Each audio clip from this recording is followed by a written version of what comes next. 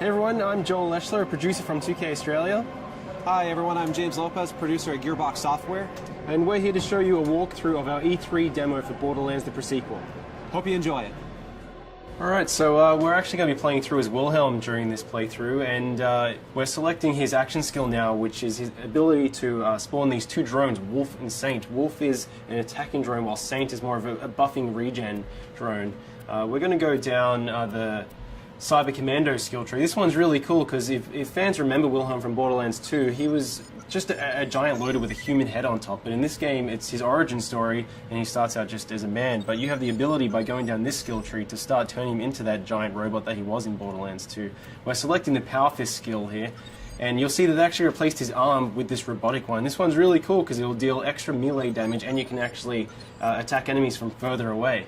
And if you look at the Shock Absorbers one, which replaces his leg with a robotic leg, this allows you to shoot and reload while you're sprinting, which can come in really handy. The Meteor Slam is also really useful because the butt stomp or ground pound or slam or whatever we're calling it today is really, really powerful in Borderlands The Pre Sequel. When you're playing in low gravity, you're able to do this huge amount of damage when you slam down to the ground. And that's about all the skill points we can use right now, but we're pretty close to leveling up again. So when we do, we're going to show you the Vengeance Cannon, which is Wilhelm's capstone skill inside the Cyber Commando tree. Yeah. We have a look here, we actually just shot an air geyser, and when these are shot, they shoot out this oxygen which replenishes your Oz kit, but it also propels you up in the air. And the higher you get, the more damage you can do from your butt stomp. So if you hold that crouch button, you slam down on the ground, you deal this huge amount of damage to enemies on the ground. Yeah, geysers are a great way to do a slam immediately instead of having to kind of like prime yourself for it. You can hop on one of those and just immediately move off it and slam someone into oblivion if you want to.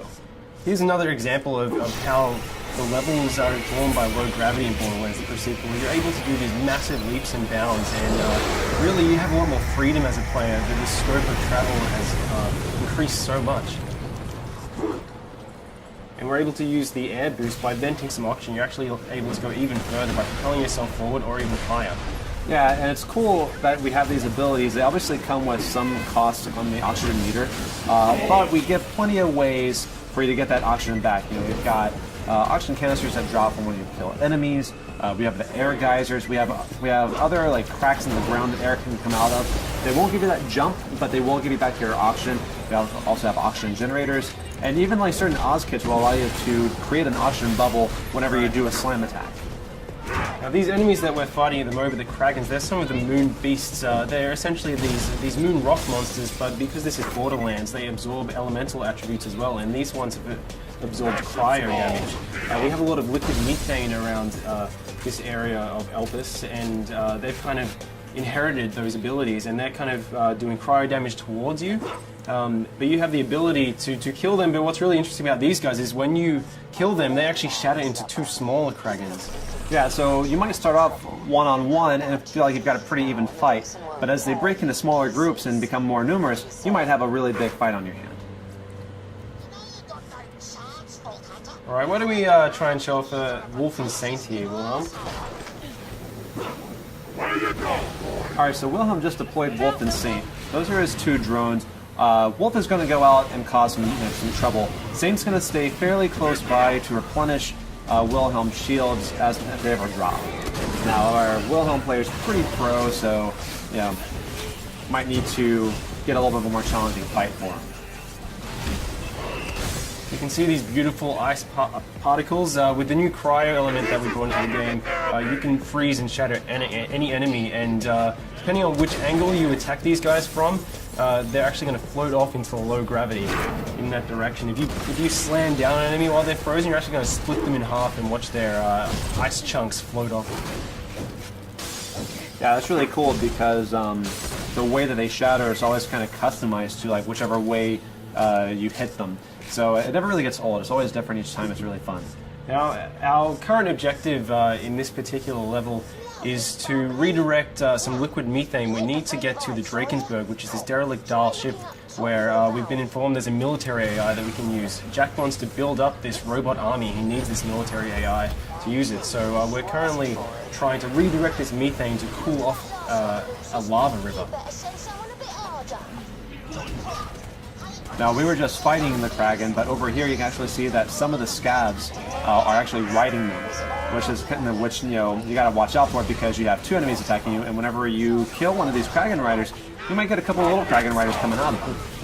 You see, Wilhelm was also using these jump pads, so along with the oxygen geysers, we have these dial jump pads which are placed throughout the levels, and some of these shoot you straight up into the air, and other ones kind of propel you really far forward.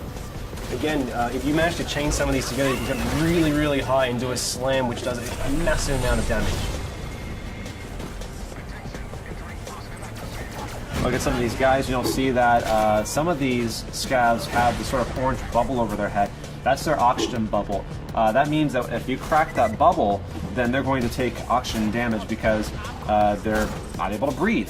Which is a really cool way because you can kind of do a hit and run. You don't have to worry about necessarily about finishing them off if you're taking too much heat. You can just wait for them to asphyxiate. But some of these guys also have shields and air bubbles, and so they're a little more of a stronger fight. You have to watch out with those guys because they're more dangerous.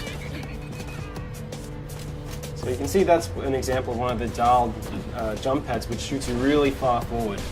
And here we have some of the dial jet fighters, and they're going to fly around and try and do a huge amount of damage to you. And Wilhelm is doing pretty well. Yeah, that was a spot-on hit. That was really good. Oh no, but you fell off the side. That's okay because we've got plenty of jump pads. We have a lot more verticality in Borderlands now than we ever did before. So there's not necessarily any one way to get to this objective. Really, all he has to do is just find either a jump pad or a way to jump from platform to platform. Yeah, something really great about the low oxygen, it allows you to traverse these maps really, really quickly. So because you can make these massive leaps and bounds and you have these jump pads, you're able to get from one end of the map very, very fast and really get an edge on enemies. All right, now it looks like we just leveled up. So we're going to go and put that skill point in Vengeance Cannon. That's really interesting because if you take a certain amount of damage, Wilhelm responds with the Vengeance Cannon and can do a great amount of damage within a pretty generous period of time. You have about 30 seconds of action on this. It can come in really, really powerful when you're under the pump. Yeah. So you can see now we're actually redirecting this liquid methane, so we should be able to go over and try and freeze this lava lake. All right, so once this pipe connects, we actually have another route on how we can get to the next objective. You could just go down to the ground if you wanted to, but because of the verticality in the pre-sequel, we can actually continue along this path here. All you have to do is have the option to make the jump, and then you can actually run along this pipe here.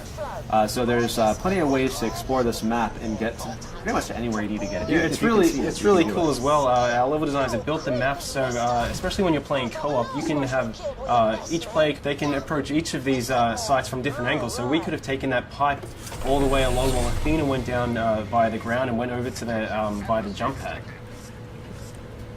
Yeah, people that are especially fond of sniping should keep an eye out for these kind of opportunities because you get a superior angle from which you can snipe off those oxygen bubbles or just do just a bunch of damage in general. Yeah, absolutely. So we're going to continue along this way, and Athena's going to continue on the ground, and they're both going to, she's going to jump across this chasm here, and we're going to get on to the next big fight. Yeah, we should be able to ambush these guys by taking them from 2 different angles. Once Wilhelm, finds a way to jump over this. There we go. All right, so in this area here, we've got some jetpack scabs. We also have some guys that are on foot. They actually see a scab that Athena just killed just flying off in the distance. And he'll go on like that for quite some time. Yeah, if he still has any life left in him, he's getting pretty beautiful. Oh, yeah. Awesome. Oh, no. Athena's down. Hey, Wilhelm, why don't you go ahead and revive her using the oxygen? Yeah. So you kind of have these cool tactical decisions.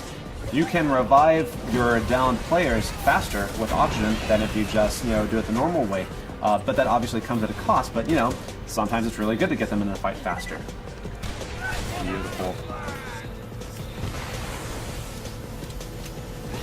You can see we have these jetpack scabs, so all of the enemies on Elpis can take advantage of the low gravity just as much as you can.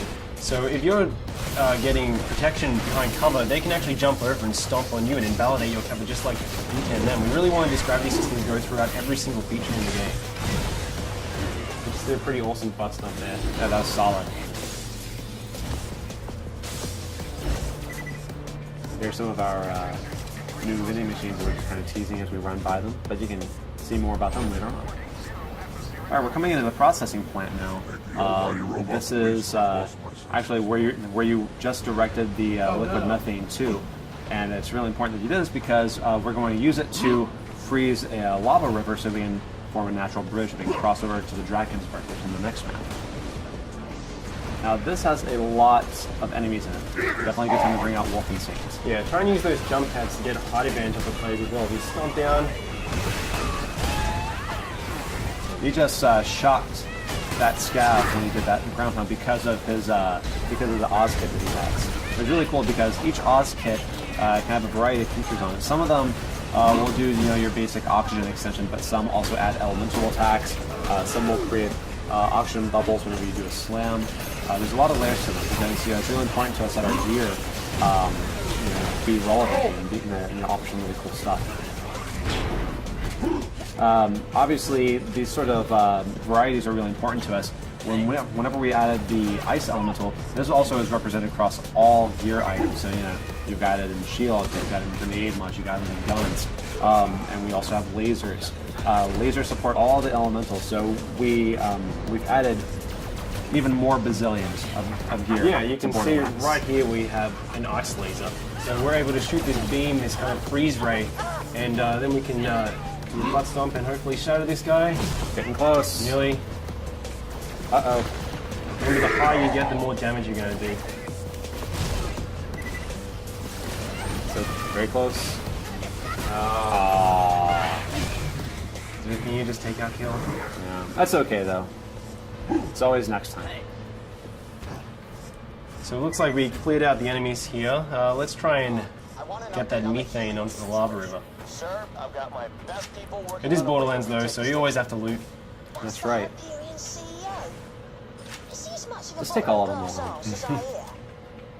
Who the hell is Ninja. that? That is the 10-year-old boy we hired to help us. You're fired, John. You can see the Drakensberg out there in the distance, so that's our objective. We want to get to this crashed Dahl ship to get this military AI. Once we get that military AI, Jack can put into the loaders, which up until this point have been useless. They're just construction bots, basically. But once we put the AI in them, we'll be able to weaponize the loaders and reclaim Helios, which is the moonshot facility. I need you to dump the methane from the reservoirs into the lava. We'll create our own path by cooling it off. This is gonna be ace. The lake should be safe now. Let's get to the Drakensberg. Alright, So you success. can find that Let's make AI our way over to the Drakensberg. Lads, looks like we're going to have guests over. The kind the bosun wants dead as quickly as possible. Of course, what would Borderlands be without a bunch of big baddies to have to fight? Yep, they just get bigger and bigger. I really like that he's an ice dragon, but he also has lava inside of him. Yeah, I see that all the time. Yeah, it makes sense. All right, guys, and that's our E3 demo. We hope you enjoyed seeing it. Please stay tuned for more pre-sequel news.